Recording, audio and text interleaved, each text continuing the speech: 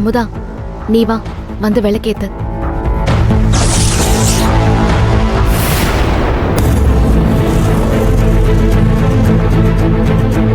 புனிதா, என்னம்மா இது?